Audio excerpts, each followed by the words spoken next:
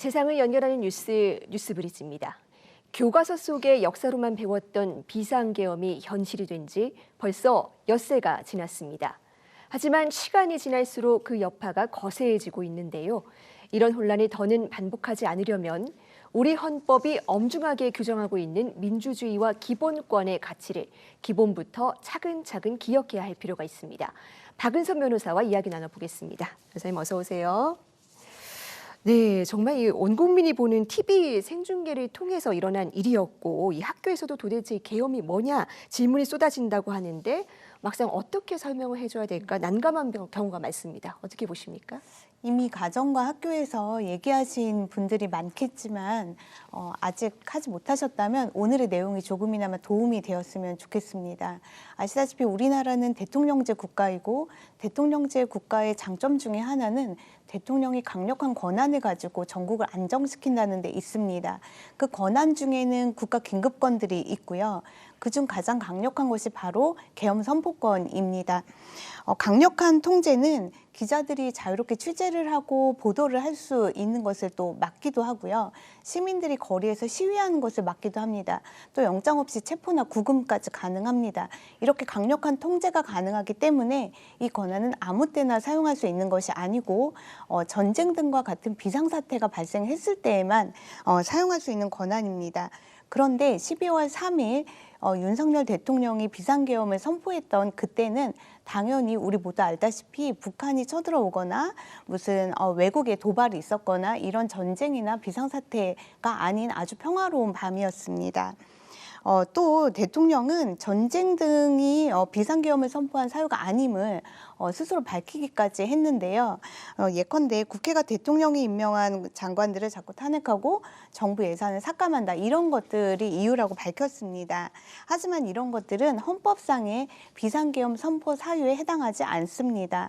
따라서 현재 거의 대부분의 법조인들이 헌법에 반하는 비상계엄 선포였다 이렇게 해석을 하고 있습니다. 따라서 이 점은 반드시 짚어주실 필요가 있다고 생각합니다. 네, 너무나 막대한 권한이기 때문에 헌법과 법률로 그 요건을 엄중하게 규정하고 있는 권한이다라는 말씀 해주셨습니다. 정말 다행스러운 일입니다. 그 국회의원들이 모여서 6시간 만에 이 계엄이 최종 해제가 됐는데 그렇다면 문제가 해결된 거라고 봐도 되는 걸까요? 어떻습니까? 민주정치의 중요한 작동 원리 중에 하나가 권력 분립이죠. 권력 남용을 막기 위해서. 그래서 국회와 정부도 서로를 비판하고 견제하는데요. 따라서 이번 경우에도 대통령에게 비상계엄 선포권이 있다면 이를 제재할 수 있도록 국회가 계엄 해제에 대해서 의결을 할 수가 있습니다.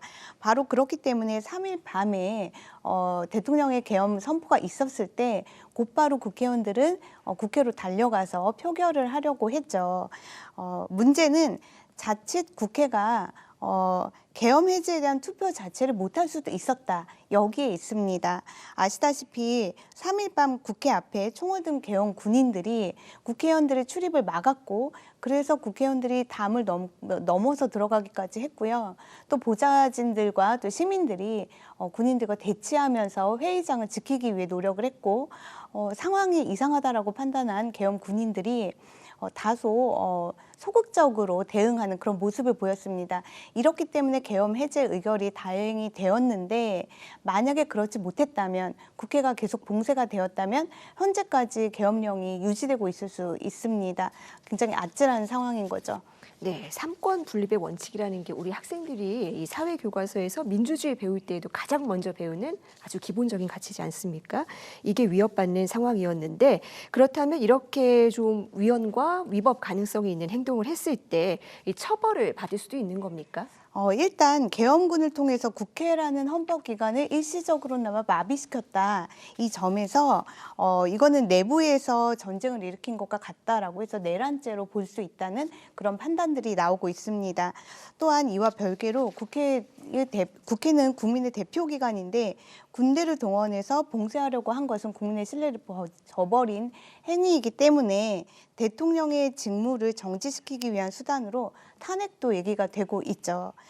지금 촛불 집회를 통해서 계속 이제 탄핵에 대한 요구가 나오고 있고요. 여러 가지 움직임이 있는데 그런데 최근에 그 탄핵 소추 의결이 투표가 성립되지 않았습니다. 왜냐하면 이제 대통령이나 이런 고위 공무원들을 직에서 물러나게 하는 탄핵은 국회 재적의원 3분의 2 이상의 이제 찬성이 필요한데 그 투표에 필요한 인원 자체가 채워지지 않았기 때문에 투표 자체가 성립되지 않았습니다. 네, 그렇군요. 자, 지금 뭐 여러 가지 방향으로 수사 중인데 거기에 대해서는 뭐 결과를 기다려봐야 하는 거고 지금 그 이제 중간 기간 동안에는 국무총리라든지 정당 대표가 국정을 이끌어가는 방안을 논의 중이라고 합니다. 그렇다면 이 부분은 우리 법률에 어떻게 규정이 되고 있을까요? 일단 우리 헌법이나 뭐 정부조직법 등 어떤 법에서도 국민이 투표로 뽑은 대통령이 아닌 거리 탄핵시가 아님에도 불구하고 국무총리나 또는 대통령이 속한 그 정당의 다른 이가 그 대통령의 권한을 대신 행사한다. 이런 것을 가능하다고 명시한 규정은 없습니다. 그래서 이 부분을 얘기 나눌 필요가 있어 보이고요. 그리고 현재의 움직임을 역사교과서에도 나오는 6.29 선언과 비교해서 얘기를 나눌 필요도 있어 보입니다. 아시다시피 광주시민 대량학살 등의 엄청난 위법을 행하면서 군사 독재 정치를 해온 전두환이 1987년 시민들의 유월항쟁이 있자 노태우를 통해서 평화로운 정권 교체를 약속하는 6.29 선언을 했죠. 그래서 이제 노태우가 정권을 이어받으면서 그 당시에 전두환은 아무런 처벌을 받지 못했는데요. 바로 이러한 상황과 유사점이 있지 않나 이 부분을 또 얘기 나눌 수 있을 것 같습니다. 네, 교과서 속의 6.29 선언과도 비교해 볼 수 있다라는 말씀을 해주셨습니다.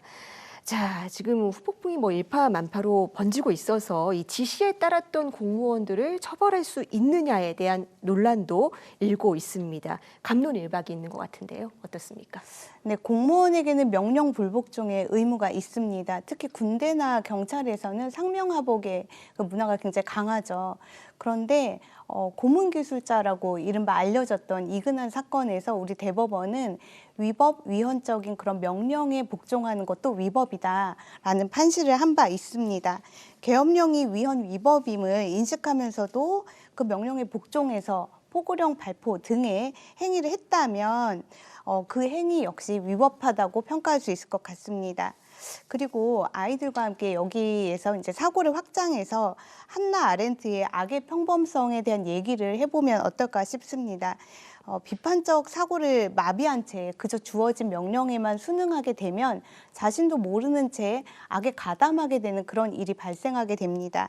이번 비상계엄과 관련해서 비상계엄이 잘못됐다는 생각을 하지 못한 채 위헌적인 사고 속에서 가담을 하게 된 그런 인물도 있는 것 같고 잘못됐다고 생각하면서도 명령이니 그냥 따라야겠다 이렇게 했던 이도 있으며 또 잘못되었다는 생각에 곧바로 사표를 내고 또 저항을 한 그런 인물도 있는 것 같습니다. 과연 우리 아이들이 이 중에 어떤 일을 롤모델로 삼아야 될지 내가 나 자신도 모르는 사이에 악에 가담하게 되는 일이 없도록 하려면 어떻게 해야 하는지 함께 얘기 나눈 그런 기회로 삼으면 좋을 것 같습니다. 네. 오늘의 역사도 언젠가는 교과서에 기록이 될 텐데요. 이 부끄러운 역사가 반복되지 않기 위해선 우리 헌법과 법률이 정하고 있는 이 정의의 가치 차근차근 되새길 필요가 있어 보입니다. 변호사님 오늘 말씀 잘 들었습니다.